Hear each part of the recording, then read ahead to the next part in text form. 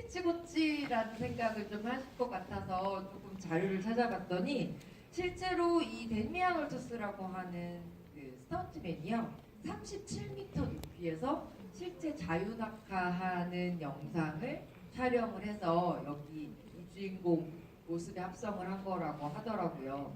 그 뭐 컴퓨터 그래픽이나 여러 가지로도 얼마든지 액션을 보여줄 수 있지만 이 실내 도약 장면만큼은 그 어떤 높이에서 떨어질 때의 그 느낌을 그대로 사람들한테 주고 싶어서 감독과 제작진이 굉장히 좀 모험에 가까운 장면을 촬영을 했었고 그게 아마 영화에서 여러분들이 약간 숨을 턱 멈추는 것 같은 그런 느낌을 받으셨을 것 같다는 생각도 들어요. 템플러에 대한 얘기를 조금 더 해봤으면 좋겠는데요. 이 과거의 템플러, 이 영화 속에서 그려지는 템플러는 이제 그 카톨릭을 지키려고 하는 수도원의 개념이라고 얘기를 해야 될까요? 이 템플러라는 그 집단도 굉장히 재밌는 집단인데요. 사실 이제 템플러들의 구성원이 누구냐면은 11세기에 이제 그 아버지가 귀족이면 이제 아들이 참 좋을 것 같잖아요. 근데 이게 아버지가 귀족인데 장남으로 태어나면 참 좋아요. 네. 근데 차남으로 태어나면은 장남이 자꾸 자기를 죽이려고 합니다. 이 유산을 나눠주게 돼 있기 때문에. 네. 그래서 이 중세기에 그 귀족집 차남으로 산다는 게 굉장히 좀 힘들었었어요. 형이 자꾸 자기를 죽이려고 그러니까. 아니면은 이제 아버지가 그 재산의 크기를 유지하기 위해서 가문을 지키기 위해서 차남들은 집에서 쫓아내는 경우도 굉장히 많았거든요. 그래서 이제 이 아이들이 불만이 많이 생기니까 좀 사회가 불안정해졌었어요. 네. 1100년도에. 그래서 이제 교황님이 얘네들한테 미션을 줍니다. 지금 여러 이제 순례자들이 예루살렘에 가고 있는데 예루살렘에 가다가 도적질 당하고 죽임 당하고 그런다. 근데 너네가 귀족 출신이고 너네가 기사도를 훈련을 했기 때문에 말도 잘 타고 그러니까 너네 괜히 형이랑 싸우지 말고 이 사람들을 에스콜트를 해라는 미션을 주고 그 미션을 받아들이는 사람은 그 템플 기사회에 옷을 입혀주고 그 다음에 기사도에서 이제 자리를 주는 거죠. 역할을 줘가지고 이제 집안에서 아버지랑 형이랑 안 싸우도록. 네. 그런데 이 말하자면 이 템플 기사 단원들이 일단 무장을 하고 있는 거대 조직이죠. 근데 그 당시에 대부분의 사람들이 자기 마을에서 한 번도 안 나가고 사는 그런 시대에 이 사람들은 전 세계를 다 돌아다녀 봤어요. 아랍어도 잘하고 터키어도 잘하고 프랑스어도 잘하고 막 이랬습니다. 네. 지중해를 갖다가 어디에 어떤 특산품이 있는지 다 알고 있죠. 그래서 이 사람들이 돈벌이를 하기 시작해요. 그래서 처음에는 원래 무역 조직으로 시작을 했는데 나중에 거대 무역 조직이 되고요. 또 당시에는 아랍 지역의 문명이 기독교적 문명보다 훨씬 발달돼 있었기 때문에 많은 십자군들이 가가지고 보니까 야 여기서 싸울 게 아니라 나 그냥 여기 눌러앉아 살래 이런 사람들 굉장히 많았거든요. 네. 그럼 그 사람들이 거기서 장사를 해도 돈을 벌면 가족들한테 돈을 보내줘야 되잖아요. 그러면 송금 업무를 어떻게 하냐? 템플러들이 송금 업무를 해줬습니다. 네.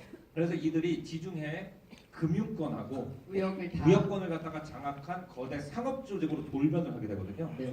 제가 저한테 중세 역사를 가르쳐준 교수님이 하신 말씀이 있습니다. 그 역사의 대의 명분을 보려고 하면 사록을 읽고 역사의 진실을 알려고 하면 장부를 읽어라라는 말씀이 있는데, 네. 예, 이 조직도 결국 이제 돈을 위한 조직으로 이제 변질이 되는 거예요. 그래서 이제 프랑스 왕이 이게 너무 변질이 되고 또 얘네들이 돈이 워낙 많다 보니까 네. 언제 내 자리 노릴지도 모르겠다 생각을 했을 거 아니에요. 네. 그래가지고 그 영화와 같은 동시 체포 작전을 벌입니다. 무전기가 없던 시대에 프랑스 전역에 있는 모든 템플 기사 회장을 동시에 습격해가지고 모든 템플 기사 단장들을 갖다가 다 체포해가지고 한꺼번에 화형시켜 버렸어요. 네. 그때 그래서 이제 템플 기사회가 없어지게 됩니다. 사실상. 그런데 영화 속에서는 그 조직이 이제 암약해서 지금까지도 계속 명맥을 이어오는 양 두 조직 간의 싸움이 500년 넘게 이어오는 이런 구조로 상상을 하게 된 거죠. 그렇죠. 근데 그 상상력에도 역사가 있습니다. 왜냐면은 이 템플 기사단이라는 것이 이 영화뿐만이 아니라 여러 소설이나 영화에서 악당 조직으로 굉장히 많이 나오거든요. 그렇죠. 네. 근데 그 이유가 뭐냐면요. 뭐 예를 들어서 인디애나 존스 같은 경우에도 그렇고 네.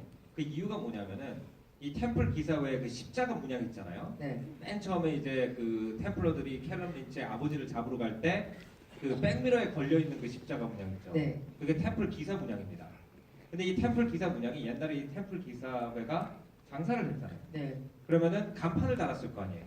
그래서 템플 기사 업무, 송금 업무라든지 무역 업무를 갖다 대리 무역 업무를 볼 수 있는 이런 기회에는 돌에다가 템플 기사단 마크를 갖다 새겨놨었어요. 네. 근데 유럽 같은 경우는 중세 석조 건물이 아직까지 남아 있다 보니까 실제로 자기 동네 교회 가면 그 마크가 막 새겨져 있거든요. 네. 그러니까 사람들이 이제 상상을 하게 됩니다.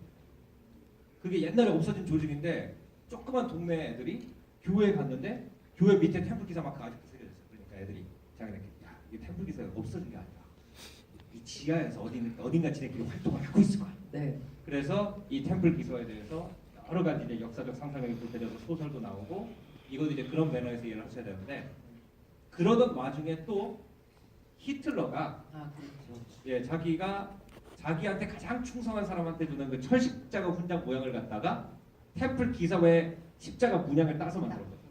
그러니까 이제 사람들이 야 알고 보니까 히틀러가 템플러야. 예, 이런 식으로 돼가지고 이제 템플 기사회가 여러 상상력을 예, 자극하면서 그런 이제 조직으로 변하게 된 거죠. 그래서 그 인디애나 존스에서도 템플러의 네. 흔적을 쫓다 보니까 결국 끝에 가면 뭐가 나오니까 나치를 나치가 만나게 나오잖아요. 그렇죠. 이 저는